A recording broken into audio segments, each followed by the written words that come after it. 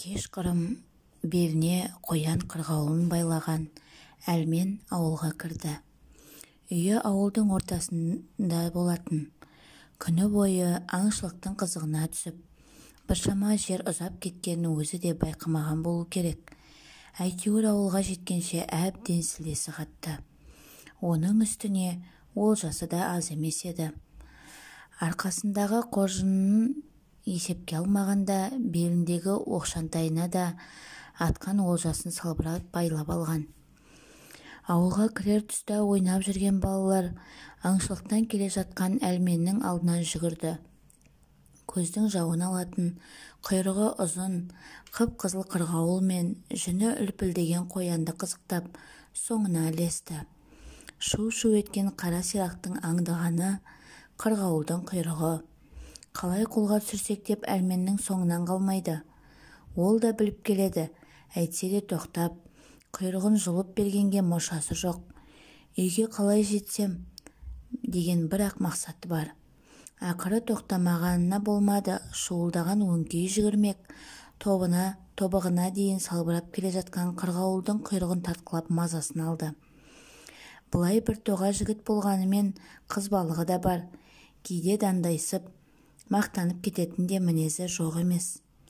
Ауылдың қатын-қалаш мақтап кеп берсе болды, мұрны таңырайып, кеудесін керіп, дандайсып кеп, қолындағысын шашып жіберіп қарап отырады. Бұл жолы дандайсуға да мұрша жоқ. Жүгірмектерді бір-екі рет зекігенімен қоймады. Ақыры қаққан қазықтай болып тік тұрды. Үстінен түсіріп, өзі жұлып берсе, қайта жинау қиынға соғады. Ақыры шуылдақтар ши бөрідей таласып тармасып, тартқылап әкетті.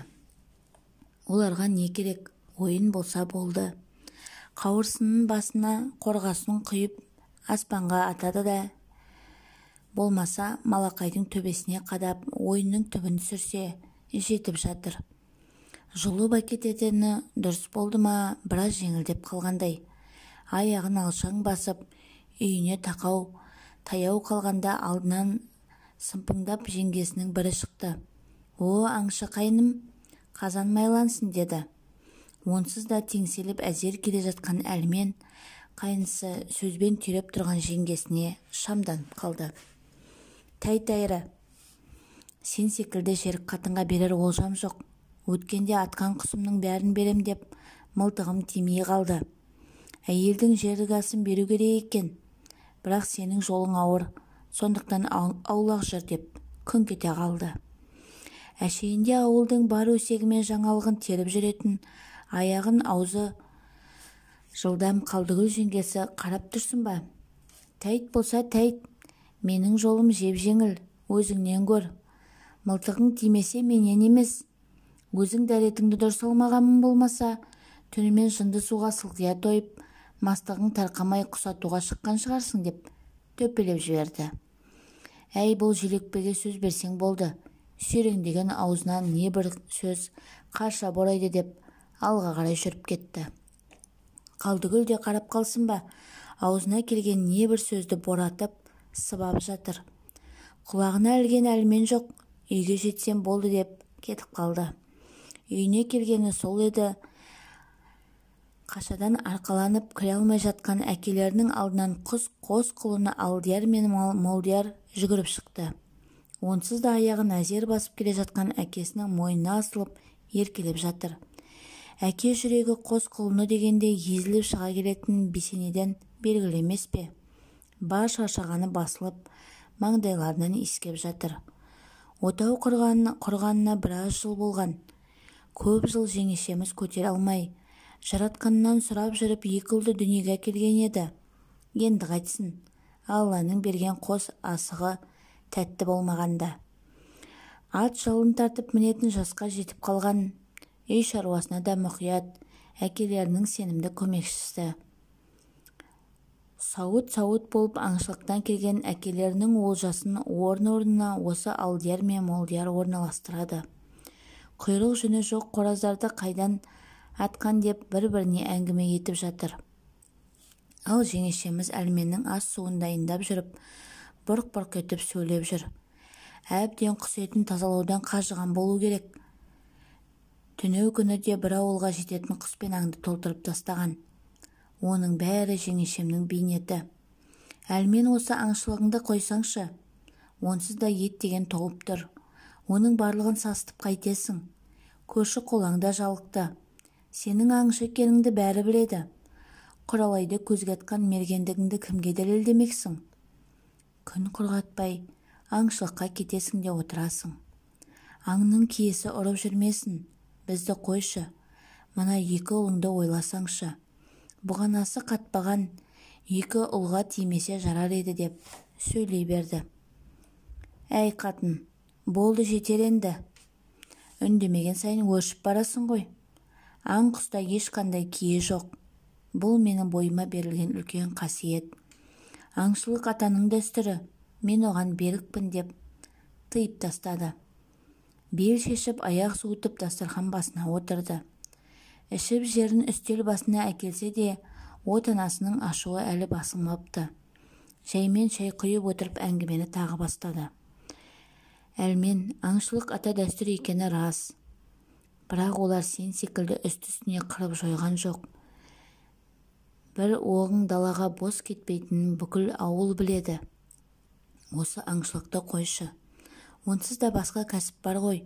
Көлге барып ау салып балық аула, ат жүгіртіп аламанға түс. Одан да басқа қызық жетеді.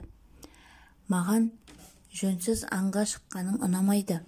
Бойымды бір қорқыныш билейді де тұрады. Сен сыртқа кеткеннен үйге оралғанша байыз таппаймын.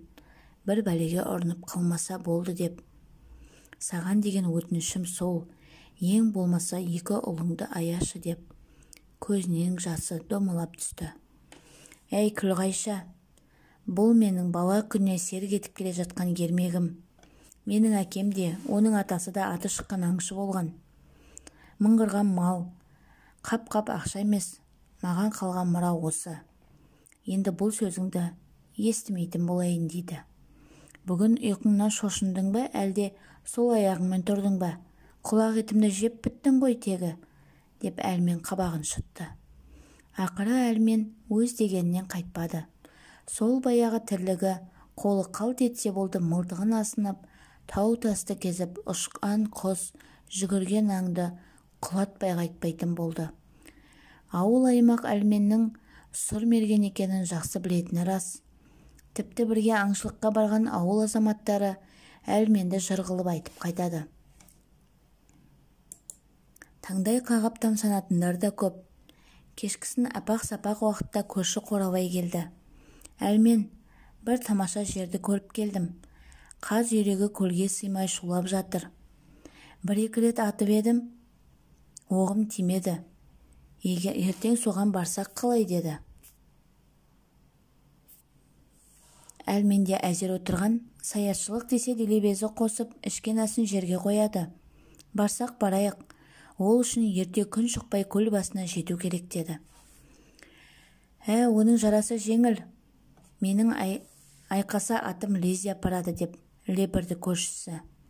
Ақыры әңгіменің арты аздап тойлатуға ұласты.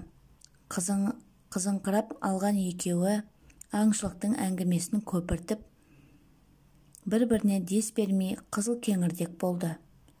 Бір шишаны тауысып Қорабай үйіне кетті. Әлмен оқ атуға кірісті.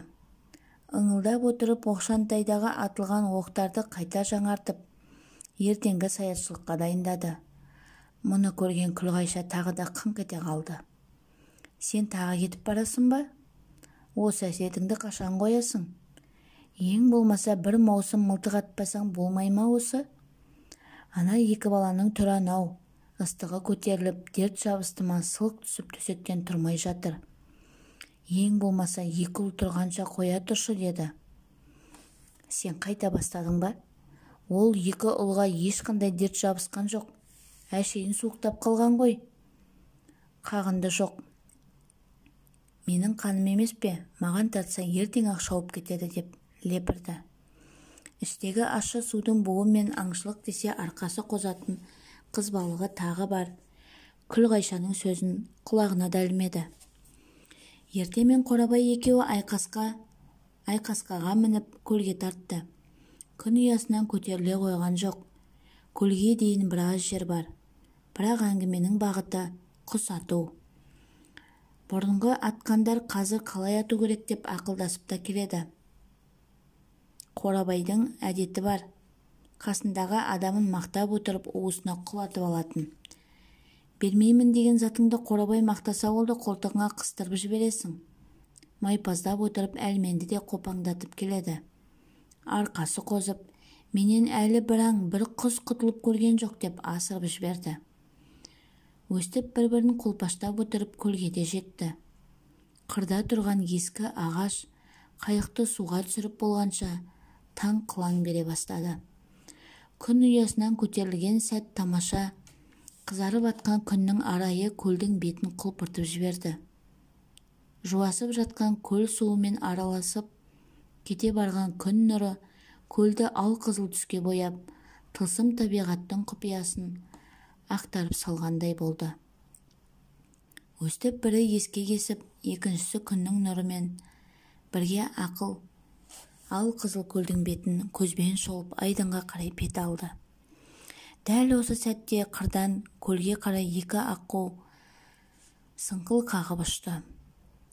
Құс біткеннің сұлуы, көздің сәніне айналған аққудың даусы көлдің үстін одан әрі жаңғыртып, ажарландыра түскендей.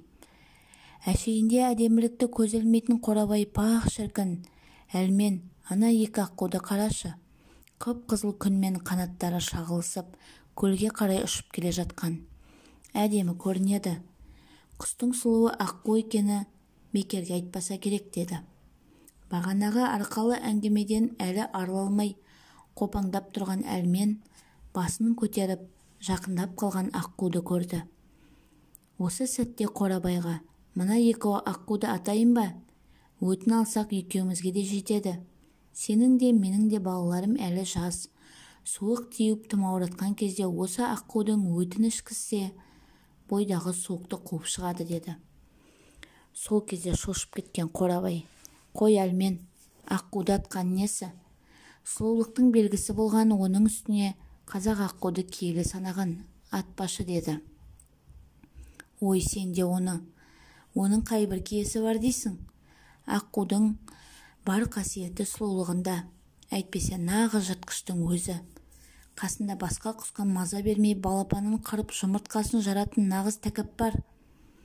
Оның үстіне аққу өліп бара жатып, өтін аузына ағызып жіберетінін білесің бе деді. Ол ішіндегі өтінін қимайтын нағыз тәкаппар. Әй, сонда да атпа, киесі соғады деп Қорабай айтып болғанша мылтық даусы көрсете қалды. Бірақ аққу құламады. Атқан оғы да далаға кетті. Оған әлменнің өзі де таңданып, мына аққу қайтеді? Менің оғымның тимей кеткені болмаған. Мен саған көрсетейін, бәрібір алмай қоймаймын деп екінші рет оқ атты. Сол кезде Қорабайдың, ей әлмен, сені жын соқты ма? Қой деймін. Аққуды атқан қазақты көрмедім, доғар деп жан даусы шықты. Әбден көзіне қан толып, екіленіп кеткен әлмен қойсын ба? Екінші рет оғын маздатты. Осы кезде қалықтап келе жатқан қос аққудың сыңары көл бетіне құлдилады. Қанатын кеңге жайып, ал-қызыл көлді бауырлай құшағына қысқандай, әукесі суға тиіп, қанатын жайып барып, су бетіне құлады. Бұл әлменнің соңғы атылған оғы болар. Өзі есеңгіреп тұрып қалды.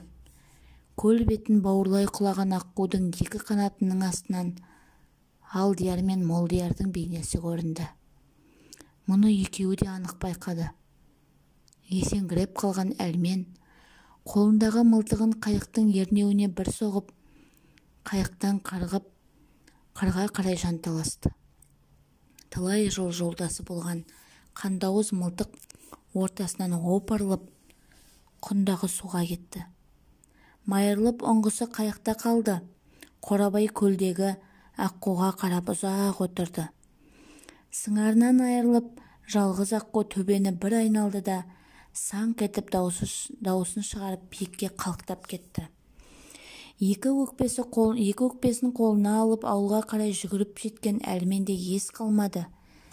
Тіл аузы байланып, тек екі көзден жас сорғалайды. Жанарында ауыл емес, бағанағы көрген бейне, Алдияр мен Молдиярдың суреті. Қан сорпасы шыққанша аяғы ана жерге бір тиіп, мына жерге бір тиіп үйге жетті. Сол күйі табалдырықтан аттап үйге енгенде төрде Алдиярды құшақтап аңырап отырған Күлғайшаны көрді. Бұл бағанағы аққудың бейнесінен де қорқынышты. Даусы өте ащы, зарлы көрініс еді. Есік пен төрдің ортасында озалмай сол босағаға қос тізерлеп құлаған әлмен бар даусымен айғайлап басын жерге соқты. Бірақ ол кезде тым кеш еді.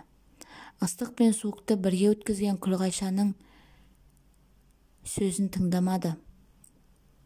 Қой деп қолына жармасқан Қорабайды да елемеді. Зарлаған дауыс құлақта, қос құлынның бейнесі көздің жанарында мәңгілік таңба болып басылды. Ел болып, ағайын болып Алдиярды жер қойнына тапсырып үйге келгенде хал үстінде жатқан Молдияр да көз жұмды. Атамай емес, ботамай деп боздаған әлменнің даусы ешкім естімеді. Естісе де егіз құлынның біреуі қалар еді. Құндақтаулы кішкентай ғана Молдиярды да мәңгілік мекеніне тапсырып, өркештей болған қос төмпешіктің ортасында әлмен қалды.